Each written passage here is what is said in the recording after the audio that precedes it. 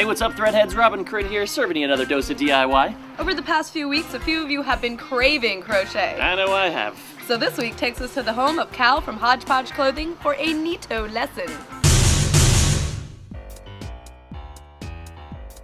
I'm Cal, and my line is called Hodge Podge. And I grew up in the 70s, which was really craft heaven. I tend to want to crochet and print and embroider all on the same garment, manipulating and embellishing fabric in ways that, couldn't be done in a factory. And so I really believe in things being made by people that are treated fairly and paid a decent wage, and because I only use my own labor, I'm treated very fairly.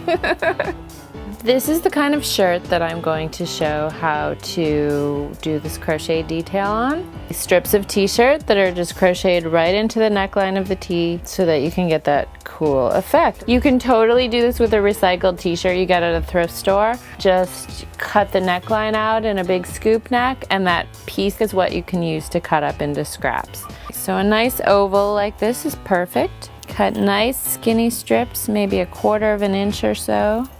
Just go around and around in a spiral. So once you've cut every last inch of your scrap, you can start winding it into a ball. And you do want to stretch it as you work. For the first stage, I use these really tiny little steel crochet hooks that were made for making doilies and lace. I'm going to start by making a slip knot. So you're going to start just by taking the hook, poking it right into the neckline of the t-shirt edge, and you want to be about 1/4 of an inch away from the edge. Once you're there, I'm going to start off with a single crochet stitch. And then for the stitch pattern I'm going to use today, I'm going to do 6 chain stitches, and I'm just going to go about 1 inch over and poke into the shirt again. So you do a single crochet, and then you're going to do 6 more chains. And move another inch down, poke another hole in the shirt, do a single crochet. So I've gone all the way around the neckline, and I'm about to join into the same hole where I started. So I'm going to insert the hook into the single crochet there rather than into the hole of the t-shirt. And I'm just going to do a slip stitch right into that stitch. So now we're connected. And then I'm going to just do a couple slip stitches to move myself up to the top of the first loop, so I can then begin working into each of those loops to continue the pattern. When we return, the stunning conclusion to this week's lesson. How's it going to turn out? I don't know, but the mysteries of t-shirt crochet are going to be revealed right here, so don't go anywhere. Cut. Crossing. Crossing. Crossing.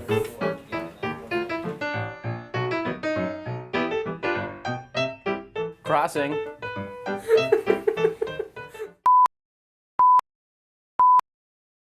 So I'm switching over to a size E hook. It's a little bit more of a reasonable size because now we won't be poking into the t-shirt anymore. We're going to work right into our loops of crochet. So I've just done a single crochet into that first loop, and now I'm going to resume 6 chains, move over to the next loop and single crochet right in there, and I can work right into the big hole of the loop. But I'm out of string, so I'm gonna have to cut another piece. I'm just gonna take the new yarn and lay it parallel with the old one so that I'm working with 2 strands. So now I'm just onto the new yarn. Okay, so now I'm about to join up with where I began the second row. So I'm going to do the same thing I did the first time. Put my hook in the first single crochet stitch and just do a slip stitch so that I've connected. And then I'm going to work my way again to the top of the next scallop with a few slip stitches. So the next round I'm going to do 5 chains for each loop so that the stitch will start getting smaller, which will cause this to shrink and pull so that the pattern shows up better. So now the third row has come around to where it began. So I've just joined into the last single crochet with a slip stitch, and I'm going to finish off because I'm deciding that this is done. So I can actually cut my yarn a couple inches away and then just do one last chain stitch and pull that tail all the way right through. Pull it tight, and then I'm going to take a needle and weave this end in. But other than that, the neckline of my shirt is finished, and I think it looks pretty nice. If you want to find me and see more of what I do, you can look at my blog, which is hodgepodgefarm.blogspot.com, or my Etsy shop is hodgepodgefarm.etsy.com. That was really cool, Cal. I'm definitely gonna try that one out. Alright, so a couple months ago we had this crazy sewing machine contest. We had a ton of really awesome entries from everybody, but the one that really touched us the most was from Matt.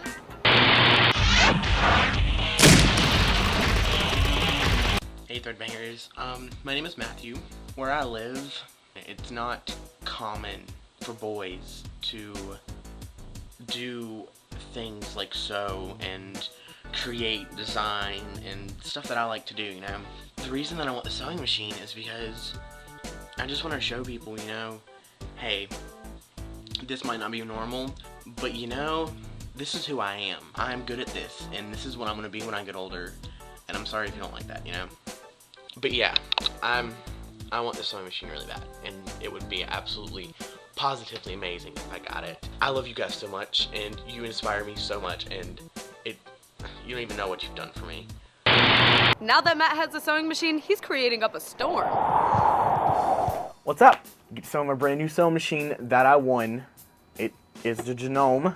I won it on Threadbangers from Robin Corinne, and I wanted to give a gigantic, huge, glorious thank you to them. This is my baby. Her name is Jan. Janome, Jan. We decided to name her Jan. This means so much to me, and this is going to stay in my life. I'm never giving this thing up, ever. See you later. Peace. Matt also sent us over an amazing messenger bag tutorial using his new machine, which you can see over at the Threadbanger blog. Make sure you check it out and tune in to future episodes of Threadheads for more cool giveaways. Next week is Earth Day, and we want you to text or call in your favorite earthy tips, and we'll feature them on next week's show. Or just leave a comment below. Till next week.